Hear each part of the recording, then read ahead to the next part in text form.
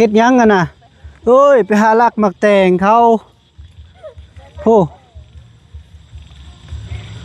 โอ้ยสิเฮ็ดหยังเล่นมาหยัง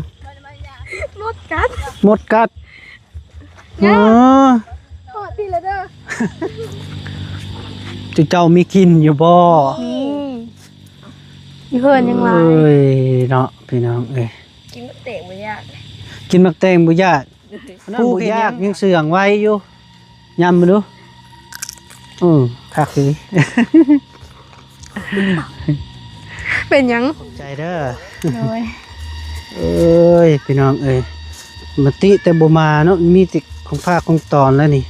พอดียำเลยโอ้ยน้องแมนสบายดี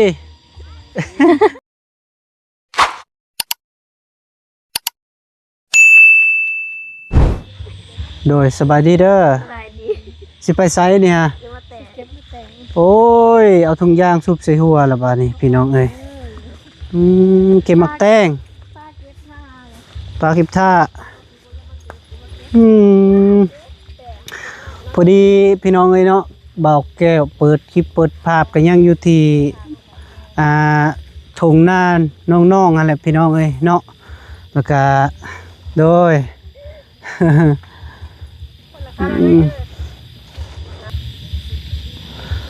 คนอื่นก็ขาบทักทายสบายดีและสวัสดีเด้อพ่อแม่พี่น้องเมื่อสุขสุคนมาว่าอยู่ในหรืออยู่ต่างประเทศกันยินดีต้อนรับเข้าสู่ซองเบาแก้วสะพานบุญคือเก่าพี่น้องเอ้ยเนาะพอดีขึ้นมาหาน้องๆนั่นแหละพี่น้องเอ้ยเนาะจังน้องๆกำลังเฮ็ดหยังเด้เนาะโอ้ตกคุมบ่เฮ็ดหยังกันน่ะเอ้ยไปหาลักมักแตงเขาโอ้โอ้ยสิเฮ็ดหยังเอาไปขายบ่โอ้ยบ่เอาหลายได้คันให้ก่อนนะน้อยนึงพอแล้วมันยังน้อยอยู่พอแล้วโอ้โอ้ตอนนี้ยังโลกกาอยู่พี่น้องเอ้ยยังโลกกาอยู่ยังเล่นมายังมดกัดอ๋อพอดีแล้วเด้อไปหาน้องงาได้บ่อันนี้บ่กาเจ้านะเพอโทจักมัดนี่คนไทยปะพี่น้องเอ้ยเศร้าไปมั้ยสาวบ่นี่ฮอดบ่สาว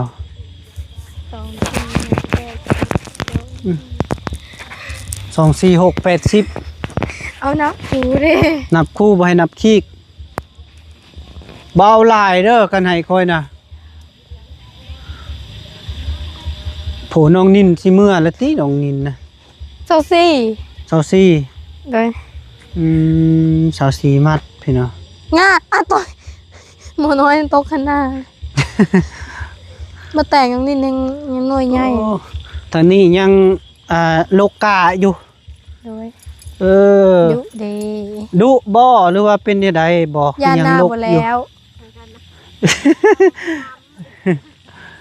ยานาบ่แล้ว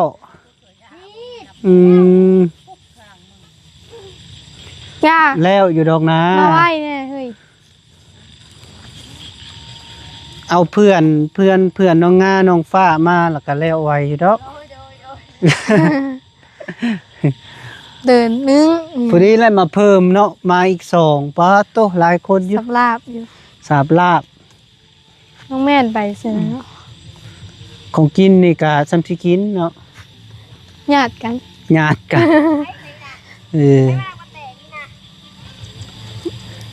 ขโมยบ่น่ะโจรน้อยตินี่บ่มาลักมักแตงเขาได้นี่มักแตงเจ้าบ่จะปลูกตอนไหนค่อยมาเผาอยู่นะคือบ่เห็นเจ้าปลูกอีกเถื่อบ่ฮะโพดีๆแตงครบเด้อแม่นมาเกือบบ่ทันโพโจ โจรรักคู่มือเราอ่ะ โอ้ย โอ้ยคนหล่อออกมาพี่บุยานมดบ่ลูก แก้ว น่านเห็นบ่ แก้ววันนี้ปากกามาว่า อุ้ย ยายบิดลิ้นนี่มาเตะเรากูรักเราบริปิดเอากูรัก เอาแม่น โจรน้อยเนาะจุเจ้ามีกินอยู่บ่ นี่มีเพื่อนยังไง เอ้ยเนาะพี่น้องเอ้ย กินมาเตะไม่ยาก กินมักแตงบ่ยากผู้เฮ็ดหยังซะ เอาปลูกไว้ บ่ผู้ใดอันเก็บเอาไปขายบ่ มันยังบ่ใหญ่ ยังบ่ใหญ่ เลย คือปิดซะมันน้อยก็ยังปิด แต่ว่ารู้สึก เออผู้ดียำนี่เนาะ เลย กุบลองยำให้เบิ่งดูคันว่ามัน ลองยำเบ่ซองให้กูสิเบิ่ง กินคู่มือเลย กินกูมื้อยำตัวนี้น้อยนี่นะนี่ในทงนี่ก็ได้นะเสื่องไว้ว่านั้นบ่ยะอุ้ยเนาะอันนั้นบ่ยากยังเสื่องไว้อยู่ยำมาดูคักสิ เป็นหยัง กิน ฟาดปะ มันปาดบ่ ฟาด มันฟาด อย่างมัน คันเดียวว่ามันปาดปากบ่ว่าติมันสิคมปานนั้นติบ่ บ่แม่นเล็กได้เนาะก็ได้ว่าเก็บเอาไปขายซะดอกมักแตงนี่ก็มันใส่ปุ๋ยอยู่บ่ ปีนี้บ่ได้ใส่ บ่ใส่เลยบ่ใส่หัก ใส่แต่ฝุ่นนะคือว่า บ่ใส่ก็ยังงามอยู่เนาะ มันแดงหลายแท้ พิษเอาไปขายจักเทื่อแหละ ยัง ปลา มาล้างเสียเลยโอ้ยสะอ้อนเจ้าเด้เนาะ แซ่บเห็นแต่ห้อยเราแล้วกินทิมนี่น้ำ รับอยู่นะจะกิน พอเจ้า มาเลยแม่ของเราเมื่อ มันบ่ ไปโอ้โห ใหญ่ไปเลยเราเฮ็ด อันนี้ก็กะบ่นี่ตัวเขียวนี่ กามือว่านกับเขาบ่ยาว กะเมื่อวาน ตอนว่านกับใบยาว ฮะ ตอนว่านกับใบยาว บ่ไล่กับบ่ยาว บอตอนว่านกับใบยาว โอ้บ่ยาวหวานให้ เปล่ายังก็ ไอเบลสาวเบล ชาวเบล บรรยากาศวันนี้เหมาะเนาะมวนนี่ ไม่ โอ้ ถูกเนาะ เมฆ ปลา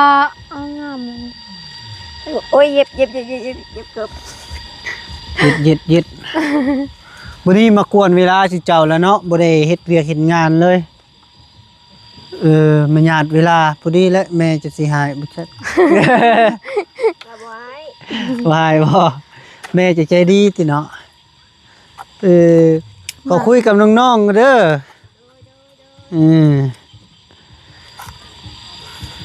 เป็นไดน้องห้องน้ำเฮาใส่สะดวกติ สะดวก โอเค โดย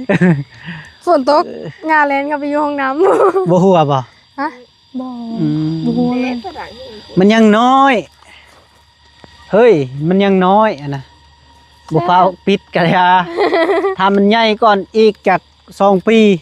จะมาปิด ตัวปีมันตายไม่ได้ เลยแต่ฝุ่นมัน เหลยแต่ฝุ่น เนาะคักอยู่พี่น้องเอ้ย นี่คือสองมือ สิดำแล้วบ่นานี่ ไปลงดำไป อ๋อ ยังบ่คาดมัน ยังบ่ ถาม คาด ก่อน คำก่อนมาสี่ อืมไปคุยอยู่บนไปเป็นให้ได้ก็ขออนุญาตเวลาสักก่อนพี่น้องเอ้ยมันคือดังคักแท้ เสียงตู้มันบ่ เออ เอิ้นเบาะเขาบ่ เอิ้นบ่ ดังเลย เขาบ่ได้ยินเนาะ อย่าแล้วมันไก่บ่เป็นหยังอยู่อืม เล่นไปเถอะวะ จากเล่าลีแล้ว ยืนมื้อนี้คือแปลกๆว่ะมาเบิ่งคือหน้าผู้ใดก็ขาวอยู่ไดเนาะบ่แม่นย่องใดอีหลีเจ้าใส่แป้งหยัง สิใส่ ทาครีมหยังบ่ได้ทาครีมบ่ ขี้เมิดเลย อืมคันบ่มีครีมก็เอานี่ก็ได้ บ่พวก ข่าวบ่เนาะ พวกสบู่มื้อละ3เถอะ พุกสบู่มื้อละ3เทื่อ เอา โดย สบู่หยัง สบู่ สบู่นกเข้า หมูเข้าเฮา อืม สบู่เข้าเรา ม เอาสบู่มาเก่ง บ่ เลย เนาะสะพอเลย พวก หน้า แขน จุ กั ไปลอย พวกเธอละ5เถอะ ฮะ 5เถอะ อาบน้ำเข้าไปอาบน้ำ2ชั่วโมง ไผโพ ถ้าจะมื้อทา มัน น ฮ้อน 2ชั่วโมงพู มาจะนอนหลับ ป้าเท่าคือฮอด2ชั่วโมง มันฮ้อนหมดนั่งอยู่เลย อืม สมมุติเนาะอาบตอนนี้ประมาณ6-7โมงแล้ว 6-7โมงพุ่นแล้วอืม ยึดห้องน้ำเด้ บัดปู แต่ ปวดท้องได้สาเหตุได้ แต่ใส่ล็อกบ่ได้ มันมาหัก ล็อกบ่ได้ดึงเข้าบ่ได้ ล็อกบ่ได้เลย มีแต่เอาเฮาน่ะจับไว้แล้วก็อาบน้ำ ยานกับว่าไขประตู เอ แล้ อ วพอดึงเข้าแล้วมันตัน แบบ ดึงอันนี้เข้ากับ มันแบบ บ่ได้เล ดึ ย งแห้งกับบ่ได้ เฮาจนเมย ล็อกบ่ได้ เฮาจนแบบ ล็อกบ่ได้ ประ ทมิตนั้นล็อกได้บ่ ได้น้อยหนึง ในแล้วตัวนี้บ่ได้ เน้นท้องแห้งอย่างใดบัดนี้เน้นแห้งเท่าไหร่ก็บ่ได้เลย อืม มัน คือบ่ไปห้านะสร้างอันนี้ไกลๆนะให้เพิ่นมาแก้ไข บ่หานบ่ ได้เปิดกันนอนนะ อืมนอนนาบ่ เด้อสิแล้วเลย อืมสร้างใกล้บ้านใกล้เฮือนเจ้าบ่นี่ โดยสร้างตัวเมฆแล้วมัน มีแต่ไปบอกเพิ่นเด้อ โดย แล้วก็ว่าล็อกบ่ได้คันเพิ่นบ่มาแก้ไขก็สิเฮ็ดจะได้มาใหม่ๆหนึงเนาะ โดย เป็นแหละ แบบไซส์2มือขึ้นมาก็ล็อกบ่ได้เลย อืม ล็อกบ่ได้ดึงแห้งกับบ่ได้เจอ นี่กลุ่มหนึ่งบ่เดียวเฮา ถ้าเอาตีน เอาตีนยันเลยหนึ่งบ่ได้เฮาจะ บ่ได้เลย เอากลุ่มดึงคือกันเอบ่ได้ โดย ก็เลยจะเป็ดเปิดเพลง เปิดเพลง เอามือจุบนี่ก็บึ้งออกไปเลยประตูนะ บ่ เลย คันมื้อหน้าก็คันเพิ่นบ่มาซ่อมบ่มาหยังก็มีแต่เฮาเอาเหล็กตะปูตอกแล้วก็โคดแล้วก็ตอกข้างในอีกแล้วก็เอาเสือกเกาะ เลย เฮ็ดแบบนั้นเอาก็ได้ แต่ว่าบ่เฮ็ดเพราะว่าสร้างอยู่ไกลๆให้เพิ่นไปแก้ไขก็ได้ เลยมือ อืม มือเดี๋ยวช่วยเราเข้าบ้านก่อน เข้าบ้านแล้วบอกเพิ่นเลิศ เลย โอ้ยแล้วก็ดำหน้านี่แหละแล้วก็ขึ้นหน้าโคกโคกนี่แล้วขึ้นหน้าพุก นาโคก็ได้อยู่บ่ว่าเพิ่นสิบ่พักผ่อนจักหน่อย บ่จักเพิ่นแหละ นี่ติขอเพิ่นดีๆว่าไปอันน่ะบ่ว่าสิบ่แก้ไขมันก็ไผมาดำนาผู้ชายเข้าบ้านบ่อืมน้องนิ่นน่ะขึ้นแล้วเนาะ ไม่ขึ้นแล้วเต็มมือเลย อืม เอาว่ามันมือละในเด้อ เจ้าเป็นยัง เอาก็สิ ค่ะ พุก6 โมง 7 โมงถ้ามือบอมประกรรม อืม แล้วก็ไปมือกับมือ แม่เจ้าก็เมื่อติมันสิบ่ค่ำบ่หั่นนี่ไปพุ่น ค้ำ เมื่อวานนี่ก็ มืดตึ๊บหอเดิน เออ เมื่อวานนี้ค้ำก็นี่มือ จะกิน บ่ ข้า ย่าน วเอง บ่ย่านดอกเนาะ ย่าน ย่านอยู่หน่อยนึง มาพี่ ยังไง ค่ะว่าเยอะ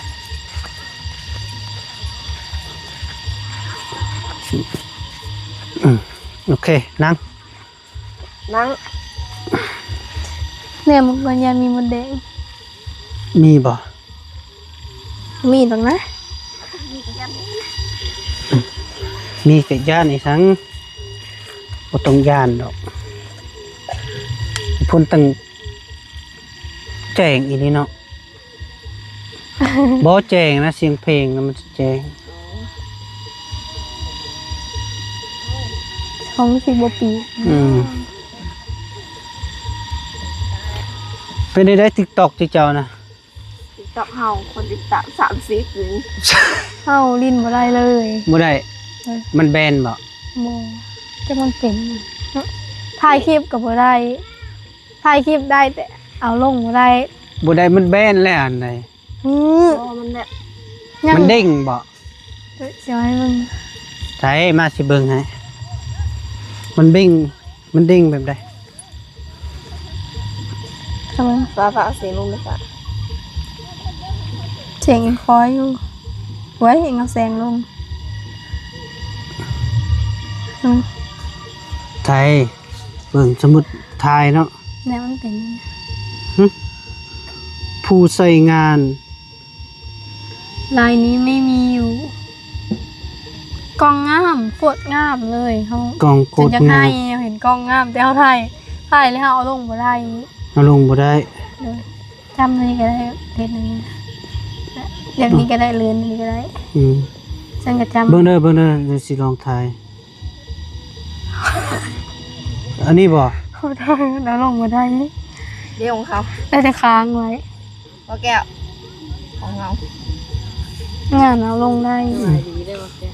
โดยสบายดี แบบตั้งซื้อกับบ่ได้ โอ้ TikTok แบนนั่นนี่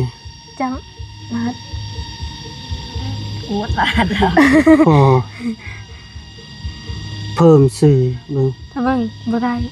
เขาเขียนเมื่อแล้วฟ้าน้ำฟ้ากับบ่ได้ เบิ่ง มีคนเขียน สิเฮ็ดให้ มีคนไซส์บ่จัก เปลี่ยนภาษาบ่ น้ำฟ้าเนาะพ่อแม่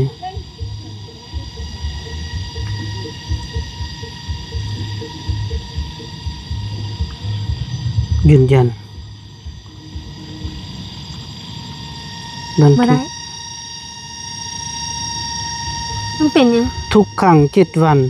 ยืนยันบ่ได้เลย ผู้ใส่ ลายนี้ไม่มีอยู่ โอ้คนติดตาม ติดตาม บ่แก้วคนติดตาม ทุกครั้ง7 วัน มันให้อีก7 วัน เฮายังบ่ได้เข้าเบิ่ง TikTok เลยเดือนนึงแล้ว ยังอีก7 วันนี่เด้มันเขียนครั้งทุก7 วันเด้มันเปลี่ยน คุณสามารถเปลี่ยนชื่อแลนได้เพียง1 ครั้ง แบบเปลี่ยนแต่นี่หา7มื้อจังเป็นได้อีก แม่น นะ ย่างก่อน ถ้าก่อน ให้เขาเกมแล้ว อืม เขาทา ถ้าก่อน ดูเทแล้วก็โอ้มือดิ อืมได้น้ำมันนี่เอามีแต่จุเจ้าก็สิกลับเลยเนาะ โดย มีแต่พากันกลับพี่น้องไอ้เนาะพอดีก็ค่ำแล้วเบาแก้วก็สิขอตัวเดินทางพี่น้องเอ้ยคลิปนี้เบาแก้วขอปิดคลิปจบคลิปซะก่อนพี่น้องเอ้ยเนาะเอามากินหนูเด้อมักแตงนะอีหยังบ่ ให้เราแก้ว บ่แก้ว เอาจุเจ้าได้มีหยังกินซะ กินก็ได้ บ่ยาก อามาซะขอบใจเด้อ โดย เอ้ยพี่น้องเอ้ยมาติแต่บ่มาเนาะมีติของภาคของตอนแล้วนี่พอดียำเลยโอ้ยน้องแมนสบายดี มาแบบลับๆติดิเฮ้ย ก็อย่ามาเอาเครื่อง เด้อๆเอาขออยู่ดีมีแฮงเด้อ โดย กลับปะก่อนบ๊ายบาย บ๊ายบาย เด้อ เดินทางปลอดภัยเด้อ เด้อเอาพ่อแม่พี่น้องเอ้ยเนาะพอดีเบาแก้วก็เดินทางเมื่อก่อนพี่น้อยเนาะขออยู่ดีมีแห้งสุขภาพแข็งเจ็บจนอย่าขาดเดือดร้อนทรงบ้านลำรวยมาสุขสุขคนเด้ออันนี้เป็นซองใหม่เด้อเบาซองเบาแก้วสะพานบุญโดย